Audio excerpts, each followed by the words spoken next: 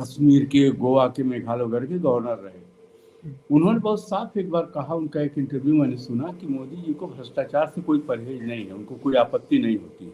क्योंकि उन्होंने बताया कि जब मैं गोवा में राज्यपाल था तो उस समय मैंने कुछ मंत्रियों के खिलाफ उन्हें बताया था कि ये लोग बहुत गलत काम कर रहे हैं, तमाम भ्रष्टाचार का काम कर रहे हैं। तो ये हमसे बातें तो सुन लिए और कुछ इस तरह का संकेत भी दिए कि शायद इस पर कुछ कार्रवाई करें, लेकिन उन्होंने कोई कार्रवाई नहीं की, बल्कि मुझे ही हटा करके मेघालय का गवर्नर बना दिया। तो ये चीज़ें जो हैं, एक दोहरा चरित्र, डबल स्टैंडर्ड फॉलो करना, ये सब करते रहे। लेकिन इसमें जो सबसे ज़्यादा दुर्भाग्य की बात है वो ये है कि हमारे देश के, खासतौर से उत्तर भारत में हमने पाया है कि बहुत सारे लोग जो पढ़े लिखे लोग हैं, उनमें क्यों इतनी विवेक शून्यता है कि ये लोग चाहे जितना भी गलत काम करें, जब इसकी चर्चा आप कीजिए तो इनको डिफेंड करने लगते हैं, इनके पक्ष में बोलने लगते हैं। और लगता ही नहीं कि जैसे उनका विवेक क्यों मर गया है, क्यों वो लोग इनके गलत को गलत नहीं मानते हैं। ये एक बड़ा दुर्भाग्यपूर्ण स्थिति बनी हुई है। और इसका कारण हम बहुत तलाश से कोशिश करते हैं कि बहुत पढ़े लिखे लोग जो खुद ईमानदारी की बात करते हैं, अगर उनसे वो इनके समर्थक हैं, उनसे इसकी बात करिए तो वो हमेशा कहेंगे कि कोई कोई तर्क ढूंढ करके लाएंगे ये बताने के लिए कि नहीं वो ठीक है, जैसा हो रहा है कोई गलत नहीं है, ऐसा करके। तो हमको बड़ी एक विवेक शून्यता दिखाई देती है पढ़े लिखे लोगों में। ये बहुत दुर्भाग्यपूर्ण स्थिति है। अब देखिए, ये जो सुप्रीम कोर्ट का ऑर्डर आया, तो इन्हीं के पार्टी में आज भी सदस्य हैं और सीनियर लीडर सुब्रमण्यम स्वामी, डॉक्टर सुब्रमण्यम स्वामी, उन्होंने इनका त्यागपत्र तक मांगा है, रेजिग्नेशन मांगा है उनके पार्टी में। किसी और ने तो नहीं कहा, लेकिन उन्होंने ये बात कही है। और बहुत साफ साफ कहा है कि बहुत नाजायज तरीके से जो पैसा इकट्ठा किया गया है उसको छिपाने के लिए तमाम प्रयास हुआ, उसे छिपा भी दिया गया। जिसने भी जिसको दिया सब कुछ, किसी को कुछ मालूम नहीं है। तो सुप्रीम कोर्ट ने तो यही बात कहा कि भाई उसको आप छिपा नहीं सकते हैं। ये लोग तो सुप्रीम कोर्ट में भी ये कहे थे ना कि पब्लिक को इसे जानने का अधिकार नहीं है। तो ये तो पहले प्राइमा फेसी यही बहुत ही गलत बात थी। जिस समय बात आई थी, जब ये इसकी चर्चा चल रही थी, उस समय जब ये बात आई कि सरकार का वकील ये बात कह रहा सुप्रीम कोर्ट से कि पब्लिक को जानने का अधिकार नहीं है, तो ये बात अपने आप में बहुत गलत थी। सबको लगा कि ऐसा क्यों कर, क्योंकि ये तो कोई चोरी की बात तो है नहीं। अगर चोरी से कुछ किया जा रहा है उसी को छिपाया जाना चाहिए। जो चीज़ ईमानदारी से की जा रही है उसको क्यों छिपाने की जरूरत पड़ रही है। अब प्राइम मिनिस्टर ने कहा ही था, न खाऊंगा न खाने दूंगा, भ्रष्टाचार मिटाऊंगा, दुनिया भर की इस तरह की बातें किया था उन्होंने। तो इसलिए लोगों को लगने लगा कि कोई न कोई चीज़ इसमें गड़बड़ है। और जो लोग कोर्ट में गए तो कोर्ट ने अपना साफ साफ बात भी कहा। कोर्ट ने तो ये भी कहा कि political contributors can influence government decision. जो लोग पैसा दिए हैं तो यूं ही तो पैसा देंगे नहीं, वो तो किसी न किसी पर्पज से ही पैसा देंगे ना। अगर लेकिन देखिए आज इनका रविशंकर प्रसाद का जो मंत्री पद से हटा दिए गए, तो उसके बाद प्रवक्ता फिर दोबारा बना दिए गए, तो उनका इस तरह से बहुत गंभीर मुद्रा में जो बयान है वो वही नैतिकता की दुहाई देके पारदर्शिता की बात कह रहे हैं कि इसके लिए लाया गया। अब ऐसे में ये लग रहा है इनके बयान से कि ये सरकार फिर किसी न किसी तरह से आरबीआई और एसबीआई पे दबाव देके और ये कहेगी कि इसको लिंगर ऑन किया जाए, समय लिया जाए या कोई न कोई और। देखिए, हम उस पॉइंट पर आ रहे हैं, उसी पॉइंट पर आ रहे हैं। लेकिन सबसे बड़ी बात यह, जब उन्होंने कहा कि पारदर्शिता है, सारी चीजें लेके आप छिपा दे रहे हैं, किसी को जान नहीं दे रहे, कौन सी पारदर्शिता है? कुछ दिखाई नहीं दे रहा, आप कह रहे पारदर्शिता। उनके अनुसार तो वही पारदर्शिता है, उनके अनुसार तो वही पारदर्शिता है ना। सवाल है, जब कोई चीज साफ सामने दिखाई दे उसे ना आप पारदर्शी कहेंगे। जो चीज दिखाई नहीं दे रही उसको छिपा दिया गया, वो कह रहे पारदर्शिता के लिए लाया गया। कौन सी पारदर्शिता है इसमें? ये तो टोटल लग रहा है कि छिपाने के लिए, चोरी करने के लिए, भ्रष्टाचार करने के लिए काम किया गया। और इसमें दोनों पक्ष जो पा रहे हैं, चाहे वो केवल बीजेपी का सवाल नहीं है, दूसरी भी पार्टियों को मिला है, तो सबका छिपा हुआ है। जनता को इस बात का अधिकार है कि सबका जाने, खाली भाजपा की ही बात नहीं है। क्योंकि अब ये लोग ज्यादा पाए हैं। एडीआर ने कहा है कि इन लोगों को लगभग 90% मिला है, टोटल जो कंट्रीब्यूशन है उसका 90% मिला है। डॉक्टर सुब्रमण्यम स्वामी का कहना है कि करीब 92% मिला है। तो 90% या 92% इनको मिला है, इसलिए उसको ये छिपाना चाहते हैं। हम लोग ये नहीं चाहते। हम लोग चाहते चाहे जिसको जितना भी मिला, सबका सामने आना चाहिए, जनता जाने कि किसने किसको कितना दिया। क्योंकि इसमें बहुत खास बात जो कोर्ट ने भी कहा है और सभी समझते हैं, जो आदमी आपकी मदद करता है वो आपसे उम्मीद करता है कि आगे चलकर जब जरूरत पड़ेगी तो आप उसकी मदद करेंगे या कोई लाभ उसको देंगे, नहीं तो आपको क्यों देगा। हजारों करोड़ रुपया ला करके लोग ऐसे ही दे देंगे बिना किसी मतलब के, वो आपको ये रहे कि आप पैसा हमसे ले लीजिए और हमारे लिए आप कुछ मत कीजिए, ऐसा कैसे होगा। आजकल के ज़माने में ऐसा हो ही नहीं सकता। तो ये सारी चीज़ें जो है कारपोरेट पैसा दिया ही इसीलिए है। अब जो ये पता चलेगा जब कि किसने किसको कितना दिया, तो तब उससे अंदाजा आप लगा सकेंगे कि किसने किसके लिए क्या किया। तो पहले तो यही नहीं पता है, ये सब छिपाया गया है, इसमें पारदर्शिता नाम की कोई चीज़ है ही नहीं। देखिए, पारदर्शिता की जो बात करते हैं, पहले हम उसी पॉइंट पर आना चाहते हैं। ये लोग 2014 के इलेक्शन की बात है, जब हो रहा था उस समय प्रधानमंत्री मोदी उस समय प्रधानमंत्री नहीं थे, वो बीजेपी के उम्मीदवार थे प्रधानमंत्री के लिए, वो नॉमिनेटेड प्रस्तावित व्यक्ति थे। तो वो उस समय बार बार अपने भाषण में ये बात हर जगह कहते थे कि ये डॉक्टर मनमोहन सिंह की सरकार को कि ये सरकार पारदर्शी नहीं है, पारदर्शिता नहीं रखती है, दुनिया भर की बातें कहते थे। और कहते थे कि हमारी सरकार आएगी तो हम पारदर्शिता दिखाएंगे। तो पारदर्शिता दिखाने में तो इसी मामले को आप देख लीजिए कि कहाँ पारदर्शिता है, सब कुछ छिपाने की कोशिश की गई है इलेक्टोरल बॉन्ड में। इसके अलावा आपका जो पीएम केयर फंड है, उसके बारे में सब लोगों ने उसमें कुछ पैसा दिया, हम लोगों ने भी दे दिया। अच्छा, हम लोगों ने भी दिया है। अच्छा। तो 50,000 रुपया हमने ये कहा था अपने वो जो हमारे लड़के हैं उनसे कि भाई कुछ पैसा देना चाहिए, क्योंकि वो तमाम लोग मर रहे थे और कोरोना का टाइम था। तो हमने कहा भाई हम लोग जो कंट्रीब्यूट कर सकते हैं हम दे। तो हमारी हैसियत, ये लोग पारदर्शिता की बात तो बहुत करते थे 2014। जो आप कह रहे हैं कि जब ये पीएम पद के लिए प्रस्तावित था इनका नाम, उस समय जब ये कन्वेंसिंग कर रहे थे, अपनी पार्टी की प्रचार कर रहे थे, प्रचार अभियान में थे, तो हमेशा पारदर्शिता की बात उठाते थे कि डॉक्टर मनमोहन सिंह की सरकार में पारदर्शिता नहीं है और हम आएंगे तो पारदर्शिता रखेंगे। लेकिन हम ये देख रहे हैं कि उस सरकार में बहुत पारदर्शिता थी, इसमें तो कुछ नहीं है। इसमें तो सबसे बड़ा भयंकर रूप से पारदर्शिता को डैमेज किया गया इसी इलेक्टोरल बॉन्ड वाले लॉ में, जबकि कानून ऐसे बनाए गए हैं, तमाम तरह के कानून में चेंज किया गया। जो बाहर से कंट्रीब्यूशन आता था पहले, तो उसको उस पर रोक थी, या वो उसमें ये था कि आप बाहर से नहीं ले सकते हैं। इन्होंने विदेशी कंपनियों से, हाँ विदेशी कंपनियों से उसमें पहले रोक थी, इन्होंने उसको भी अलाउ कर दिया। और देखिए, जो बाहर से कंट्रीब्यूशन एनजीओ वगैरह को आता है उसके खिलाफ कार्रवाई करते हैं। अब पॉलिटिकल पार्टीज को आएगा तो उसको लीगलाइज कर दिया। तो ये सब क्यों किया? ये सब कोई अच्छा काम, अगर सही काम था, ये ईमानदारी का काम था, तो दूसरे लोगों को जो एनजीओ को आ रहा था पैसा, उसको आपने क्यों रोका? उस पर आपने कईयों के खिलाफ एक्शन लिए तरह तरह। तो ऐसे इन्होंने बहुत सारी चीजें की। अब पहले ये था कि जो कारपोरेट है वो अपने इनकम का 7.5% दे सकता है पॉलिटिकल डोनेशन के रूप में। तो इसको उन्होंने कह दिया कि एनी अमाउंट, कुछ भी आप दीजिए। अच्छा, कुछ भी दीजिए और कोई जानने ना पाए। पहले तो 7.5%, हाँ, अगर उसको भी आरटीआई और एनतेन किसी से भी नहीं मालूम कर सकते। सही, हाँ, सब जगह तमाम कानून में चेंजेस कर दिए गए ना। ये क्यों किया गया? ये पारदर्शिता के लिए किया गया कि भ्रष्टाचार के लिए किया गया?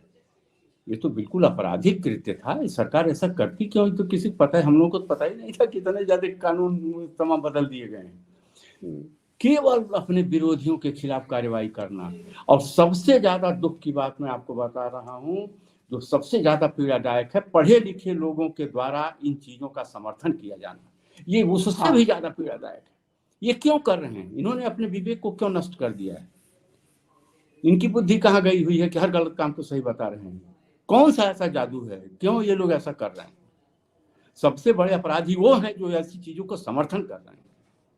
हमारी और मजे की बात देखिए, जो अन्ना हजारे ऐसे लोगों की संख्या थोड़ी नहीं है, बहुत ज्यादा। जो अन्ना हजारे यहाँ धरने में बैठे थे, आरटीआई अन्ना हजारे कुछ नहीं बोल रहा है। हाँ, और वो आज कुछ नहीं बोल रहा है। सरकार ने लागू किया, उसके बाद कुछ नहीं बोल रहा है। अब अभी देखिए, सब एक साजिश के तहत सब कुछ हुआ। देखिए, इससे साफ जाहिर होता है कि सब साजिश के तहत हुआ। और जिस समय अन्ना हजारे के आंदोलन चल रहा था, सारे लोग अन्ना हजारे के आंदोलन को समर्थन कर रहे थे। हम लोग तो हम लोग जैसे आदमियों की भी सहानुभूति थी कि इस तरह का भ्रष्टाचार जो जिसका इन्होंने जिक्र किया सारा उस समय, सबको लगता था कि ये क्यों हुआ। आज इनकी 10 साल से सरकार की कार्यवाही सब लोग छूट गए, किसी ने कुछ किया ही नहीं था। ये झूठा एक फरेब क्रिएट करके और इतना बड़ा लोगों को गुमराह किया। और आज देखिए इनकी मेन स्ट्रेंथ है जो ये कम्युनल डिवाइड क्रिएट किए हैं हिंदू मुसलमान के नाम पर। लोगों ने अपने बुद्धि का, मैंने कहा ना आपसे, विवेक ही अपना नष्ट कर दिया है। धर्म का मतलब थोड़ा होता है कि आप कुकर्म को सपोर्ट करिए, और जो लोग इन लोगों के कुकर्म का विरोध कर रहे हैं वो ज्यादा धार्मिक हैं उन लोगों से जो कि इनको धर्म के नाम पर सपोर्ट कर रहे हैं। आज दुर्भाग्य क्या है कि धर्म का आडंबर करने वाले, उसका ढोंग करने वाले लोग आज समाज में ज्यादा सफल हैं, और धार्मिक आचरण करने वाले लोग बहुत पीछे चले गए हैं। जिनका आचरण मतलब धर्म की तरह से, जो सच बोलते हैं, ईमानदारी से काम करते हैं, जो चोरी नहीं करते, बेईमानी नहीं करते, ठगी नहीं करते, धूर्तता नहीं करते, समाज में लोगों को गुमराह नहीं करते, लोगों के साथ छल कपट नहीं करते, ऐसे लोग समाज बहुत पीछे चले गए हैं। उनको लोग बेवकूफ कह रहे हैं। और जो ये सब करते हैं और खाली जा करके मंदिर बन रहा है तो बड़ा खुश हो रहे हैं, कूद रहे हैं जा करके, और सारे कुकर्म करते हैं और कुकर्म को सपोर्ट करते हैं। ऐसे लोगों को कौन सा धर्म का ज्ञान है इनको? हमने तो नहीं देखा, पूरी गीता भरी हुई है भगवान। लेकिन हम लोग मूल मुद्दे पे आवे। यदि सरकार, मोदी सरकार जिस तरह से हर चीज को अपने अनुसार चला रही है, उसी तरह से यदि फिर ये सारी चीजों को ये करने के पहले अगर कोई व्यक्ति इस तरह का काम करता है, जैसे सुप्रीम कोर्ट ने एक ऑर्डर किया, वो ऑर्डर सामने है, उस ऑर्डर को आपको फॉलो करना है। अगर डेमोक्रेसी में आपका विश्वास है, या आप अगर डेमोक्रेसी में विश्वास करते हैं, आप कॉन्स्टिट्यूशन में विश्वास करते हैं, आप इस व्यवस्था में विश्वास करते हैं, चाहते हैं व्यवस्था चले, तो आपको उस ऑर्डर को फॉलो करना ही पड़ेगा। और अगर आप उस ऑर्डर को फॉलो नहीं करते तो इसका मतलब आप डेमोक्रेसी, कॉन्स्टिट्यूशन, व्यवस्था किसी में विश्वास ही आपका नहीं, आप उसको वायलेट कर रहे हैं। तो अगर ये स्थिति आएगी तो देश में फिर दूसरी स्थिति बनेगी। जनता, देखिए जनता का एक बहुत बड़ा वर्ग तो ये तो चाहेगा ना कि जो कोर्ट ने ऑर्डर किया उसको फॉलो किया जाए। किसी के लिए अगर वो ऑर्डर, उसको फॉलो करना है। अगर वो नहीं फॉलो करता है, इसका मतलब वो he is going against the law. तो अगेंस्ट द लॉ चाहे सरकार हो, कोई हो, कैसे जा सकते हैं? और फिर भी वो जा रहे हैं तो नहीं। अभी ऐसा देखिए, अभी ये तो प्रिजम्पशन की बात हो गई ना कि कोई है, आप मान लीजिए इमेजिन कर रहे हैं ऐसा कर तो नहीं रहे हैं। अभी जब करेंगे तब में ये सवाल उठेगा। अगर ये सवाल उठेगा तो इसका मतलब ये हो गया कि माइट इज राइट, जिसकी लाठी उसकी भैंस। हम सरकार चलाने जैसे चाहेंगे वैसे चलाएंगे, जबरदस्ती हम करेंगे, मनमानी करेंगे, हम किसी की बात नहीं मानेंगे। अभी तक तो यही लग रहा है, अभी तक तो केवल दिखावा। नहीं, देखिए अभी हम इस पर कोई ये इस खास तौर से हम ये जो सुप्रीम कोर्ट का जजमेंट आया है, अभी हम उसी के बारे में बात करेंगे। इन्होंने और क्या क्या कहाँ किया है, वो अभी ऐसा कुछ नहीं हुआ लगता है जिसमें कि ये लगे कि कोई लॉ है उसको वायलेट करके जबरदस्ती कर रहे हैं। कुछ चीजें हैं, बुलडोजर वगैरह का जो इस्तेमाल हुआ है, लेकिन उस पर कोर्ट भी साइलेंट है। कोर्ट के पास ऐसे केसेज हैं, लेकिन कोर्ट उस पर कुछ कर नहीं रहा है। कोर्ट अगर कोई ऑर्डर करे, उसके बावजूद ये करें, तब जाकर के आप ये सवाल उठेगा। अब इस मामले में ये मामला सीधा आ गया है, कोर्ट ने ऑर्डर कर दिया कैसा ऐसा करना है। अब क्या करते हैं उसके बेसिस पर फिर आप कोई अपना फैसला कर सकते हैं इस तरह का कि वो क्या कर रहे हैं क्या नहीं कर रहे हैं। अगर कोई आदमी उस ऑर्डर को नहीं मानता है, कोई सरकार या कोई व्यवस्था, तो इसका मतलब उसको वायलेट कर रही हो। तो जो अभी ऐसी स्थिति आई नहीं है, इसलिए हम किसी प्रिजम्पशन पर क्यों बात करें। अगर ऐसा कोई करेगा तो मनमानापन हो गया ना। उसका मतलब हो गया कि हम संविधान व्यवस्था को मानते ही नहीं, हम डेमोक्रेसी नहीं मानते, हम जो चाहेंगे वो करेंगे। तो ये तो सत्तानाशाही में होता है, ये सब तो डिक्टेटोरियल रिजीम में होता है ना कि डिक्टेटर। अभी इजराइल में क्या हुआ, इजराइल में वहाँ की सरकार ने तय किया, जो वहाँ पर प्राइम मिनिस्टर हैं, कि हम अगर सुप्रीम कोर्ट कोई ऑर्डर करता है और हमको कन्वीनियंट नहीं लगता है या ठीक नहीं लगता है, वो खुद तय करेंगे वो ठीक है कि नहीं है। तो अगर हमें लगेगा कि ऑर्डर सही नहीं है तो हम बहुमत से सुप्रीम कोर्ट के उस ऑर्डर को वायलेट कर देंगे या उसको हम समाप्त कर देंगे, हम नहीं मानेंगे। ये उसका सीधा सा मतलब है। पब्लिक वहाँ की बहुत खिलाफ थी, वहाँ पर लाखों लोग सड़कों पर थे, सड़क पे उतर आई थी, सारा कुछ हुआ। तो उसके बाद फिर भी इन्होंने पास किया, इनका मेजॉरिटी थी नेतन्याहू की, उन्होंने उसको पास किया। कि नहीं, हम नहीं मानेंगे। तमाम विरोध के बावजूद सुप्रीम कोर्ट की बेंच ने, सारे जजेज ने बैठ करके उसको अनकॉन्स्टिट्यूशनल डिक्लेयर कर दिया। तो अब तो अभी वहां पर वार की स्थिति, अब देखिए आगे की क्या स्थिति नहीं बनती तो है, इसकी तो लेकिन वहां पर हुआ। तो ये तो चीज, ये तो एक वह स्थिति है ना कि कोई आर्डर आएगा हम नहीं मानेंगे। तो ये तो माइट इज राइट। जैसे मान लीजिए कि सरकार का ही कोई आर्डर है, किसी को आर्डर सरकार ने किया, वो कह दे हम नहीं मानेंगे, तो कैसे नहीं मानेगा, उसको मनवाया जाएगा ना। सरकार के पास तो अधिकार है, ताकत है, वो मनवाएगा। अगर कोई ऐसा हो जाए कि हम नहीं मानेंगे किसी हालत में, तो कैसे नहीं मानेगा? या तो उससे ज्यादा कोई शक्ति उसके पास होगी, तभी तो कहेगा कि हम नहीं मानेंगे। तो अभी इस पर ये एक हाइपोथेटिकल बहस है, इसमें हम लोगों को भी पढ़ने की क्या जरूरत है। मानना पड़ेगा, मानना चाहिए। देखिए, ये दो चीजें उस स्थिति के लिए मैं कह रहा हूं कि मानना चाहिए या मानना पड़ेगा कि ये संविधान, ये व्यवस्था चल रही है, लागू है, चलेगी, तब ये बात हमारी सही है कि इनको आर्डर मानना चाहिए और मानना पड़ेगा। अगर ये व्यवस्था नहीं है, नहीं चलेगी, तो जो चाहिए करिए। फिर तो देखिए, तो फिर क्या होगा, उसका एक अलग परिस्थिति होगी, उसको बाद में देखा जाएगा। अभी आप ऐसा नहीं करना हमें। तो अभी जिनकी पारदर्शिता वाली ही बात है, हमने आपको बता, हम अभी कह रहे थे ना आपसे कि ये जो इन्होंने पीएम केयर फंड बनाया था, उसमें सब हमने भी कंट्रीब्यूट किया था। एक दिन दुष्यंत दवे, वो एक सीनियर एडवोकेट हैं, वहाँ के बहुत रिनाउंड एडवोकेट हैं सुप्रीम कोर्ट के, वो कह रहे थे गुजरात में 50 लाख रुपया उन्होंने डोनेट किया था। और पता चल रहा है कि जब आरटीआई से उसके बारे में कुछ जानकारी में कहा गया कि आरटीआई के परव्यू में नहीं है, ये उसका जवाब नहीं दिया जा सकता, ये कोई उस तरह का फंड नहीं है, ये कोई एनजीओ का है, क्या है, वो आरटीआई से बाहर है, इस तरह की बात की। तो अब यही सब पारदर्शिता है। पेगासस वाला वो जो स्पाईवेयर का इस्तेमाल वाली बात हुई थी, सुप्रीम कोर्ट ने कमेटी बनाई थी जांच के लिए, जस्टिस रविंद्रन कमेटी, उसने रिपोर्ट दे दिया, सरकार में असद कोऑपरेट ही नहीं की। क्यों नहीं की भाई? पेगासस स्पाईवेयर यूज हुआ कि नहीं हुआ, यह भी स्पष्ट नहीं। सरकार ने कहा नहीं कि हमने कभी यूज नहीं किया, और ये भी नहीं बता रहे कि किया नहीं किया। कमेटी, यहाँ तक कि सुप्रीम कोर्ट की अपॉइंटेड कमेटी को भी नहीं इंफॉर्मेशन दिया। ये सब इनकी हर चीज, जब वो तो राष्ट्रहित में कह के मना कर दिया। राष्ट्रहित में कह के इनका हर इस तरह का कर, यह भी राष्ट्रहित में होगा। इस जो हो रहा है, यह भी राष्ट्रहित में। जनता को जानने का अधिकार नहीं कि किसने किसको भेजा है। हो सकता है क्यों आज रविशंकर प्रसाद ने अपने प्रेस कॉन्फ्रेंस में बात क्यों नहीं कहा, मुझको इसका आश्चर्य है। उनको कहना चाहिए था कि राष्ट्रहित में इसको किया गया है, कि कोई न जानने पावे। हो सकता है कि वकील, क्योंकि लोग हर चीज को राष्ट्रहित से जोड़ते हैं, हर चीज को राष्ट्रहित से जोड़ते हैं, तो यह भी राष्ट्रहित में है। अडानी के बारे में क्या नहीं लिखा गया, कहा गया, पार्लियामेंट में मांग की गई, बाहर विदेशों में छपा, तमाम बड़े बड़े, मैंने बहुत रेपुटेड अखबारों में चीजें छपी उनके खिलाफ, जो चीजें हिंडनबर्ग रिपोर्ट आने के बाद, और तमाम ने दूसरे सीनियर जर्नलिस्ट ने पूरे दुनिया में, तमाम इन्वेस्टिगेटिव जर्नलिज्म जो होता है उसकी खोजबीन करने के बाद लोगों ने छापा है, कहा है। कहीं कोई जांच हुई क्या? जिसने भी नाम ले लिया कि अडानी की जांच हो, सो उनकी जांच हो गई, कई उसमें जेल वेल में जाने की स्थिति में आ गए। संजय सिंह का आप देख रहे हैं क्या हो रहा है। राहुल गांधी का के साथ जो हुआ 2 साल के लिए मैक्सिमम सजा दी, संजय सिंह, लेकिन वो इशू दूसरा था। लेकिन नाराजगी ये थी कि उन्होंने पार्लियामेंट में बोला कि महुआ मोइत्रा का देखिए, इशू अलग खड़े कर लिए जाते हैं, लेकिन वो होता है क्यों, अडानी के नाम आप क्यों दे रहे हैं, वो मत लीजिए। वो यही सब पारदर्शिताएं हैं।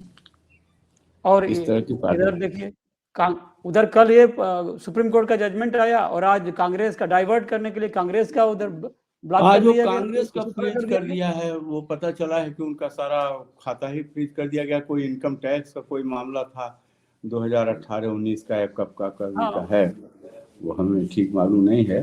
तो आज पता चला है कि वो उनका सारा फ्रीज कर दिया गया, वो अपनी सैलरी नहीं, लेकिन वो मैं आपको बताया ना कि एक दुश्मनी के भाव में तो फिर उसका खोल दिया।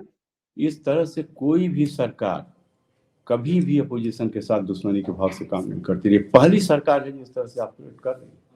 ये आप जान लीजिए। इसलिए जो लोगों को शंका हो गई है कि सुप्रीम कोर्ट का ऑर्डर मानेंगे नहीं मानेंगे, क्या करेंगे, कैसे चेंज कर देंगे, जबकि सुप्रीम कोर्ट ने साफ साफ कहा है कि ये इलीगल है, अनकॉन्स्टिट्यूशनल है।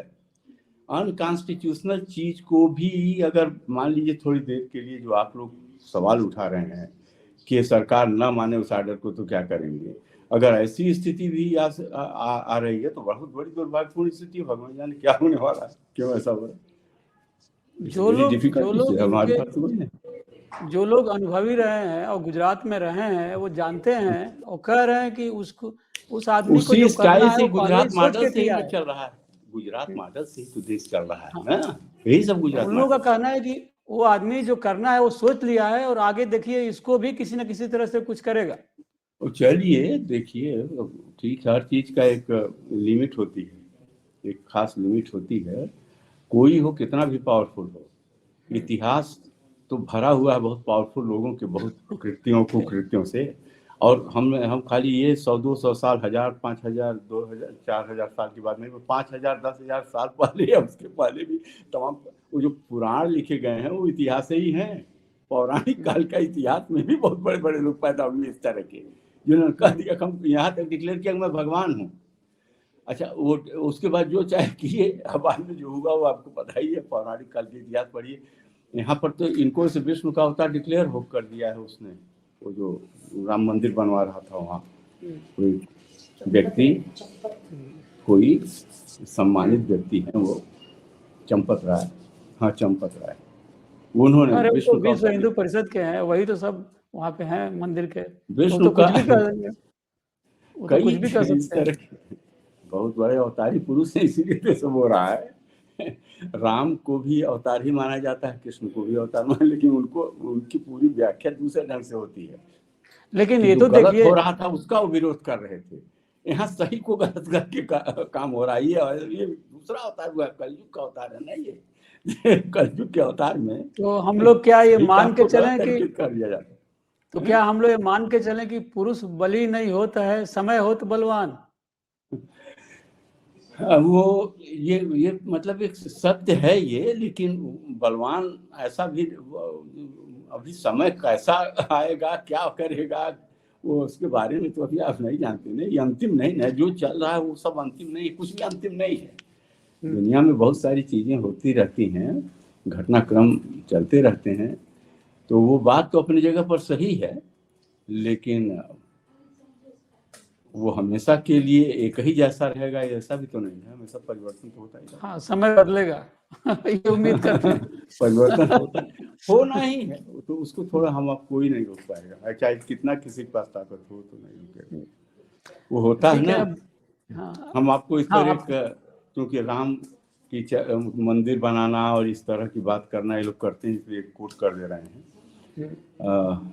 रामायण में लिखा हुआ है कि जीवन मरण सब दुख सुख भोगा, हानि लाभ प्रिय मिलन भी होगा, काल कर्म बस होई गोसाई, बरबस रात दिवस की नहीं। अच्छा, रात और दिन जैसे जबरदस्ती होते हैं वैसे ही ये सब चीजें होती हैं, इसको कोई रोक नहीं सकता।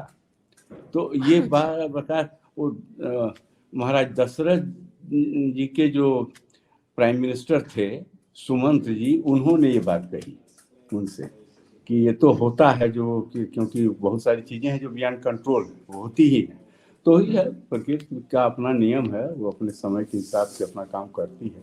हाँ, ये जरूर है कि उसमें बहुत सारे लोग सफर कर जाते हैं, जैसे आज बहुत सारे लोग जेल में जा रहे हैं, कहीं कुछ हो रहा है, ये सब हो तो रहा ही है। कब क्या चेंज होगा वो अलग बात। तो हम लोग ये मान के चलें कि अभी शुरुआत है, असली ट्रेलर तो बाद में आने वाला है। आने वाले समय में देखना तो पड़ेगा कि क्या होता है ना, क्योंकि एक व्यवस्था चल रही है जिसकी मान्य व्यवस्था है, जिसको देश के लोग मानते हैं। खाली उन लोगों को छोड़ करके जो अंधभक्ति कर रहे हैं, वो क्या कर रहे हैं, क्या चाहते हैं वो जाने, बाकी तो सब लोग मानते ही हैं भाई, जो व्यवस्था चल रही है उसको सबको मानना ही है। वो चाहे सरकार के आर्डर से जेल में जाना हो, जेल से बाहर आना हो, या कोर्ट के आर्डर से जेल जाना हो, बाहर आना हो, तो जो सब लोग मान रहे हैं वैसा हो रहा है। तो जो नहीं मानता है उससे मनवाया जाता है, ये भी बात है। तो अब आने वाले दिनों में क्या चीज चलेगा, कैसा होगा, उसके बारे में प्रेडिक्ट नहीं कर सकते। अभी तो यही मान के चलना है कि जो व्यवस्था चल रही है उसी हिसाब से ही सब कुछ होना है। क्या हो। ठीक है जी। इस उम्मीद के साथ हम लोग विदा लेते हैं। नमस्ते। नहीं, चलिए, फिर बहुत मिलते हैं नमस्कार। अगले कार्य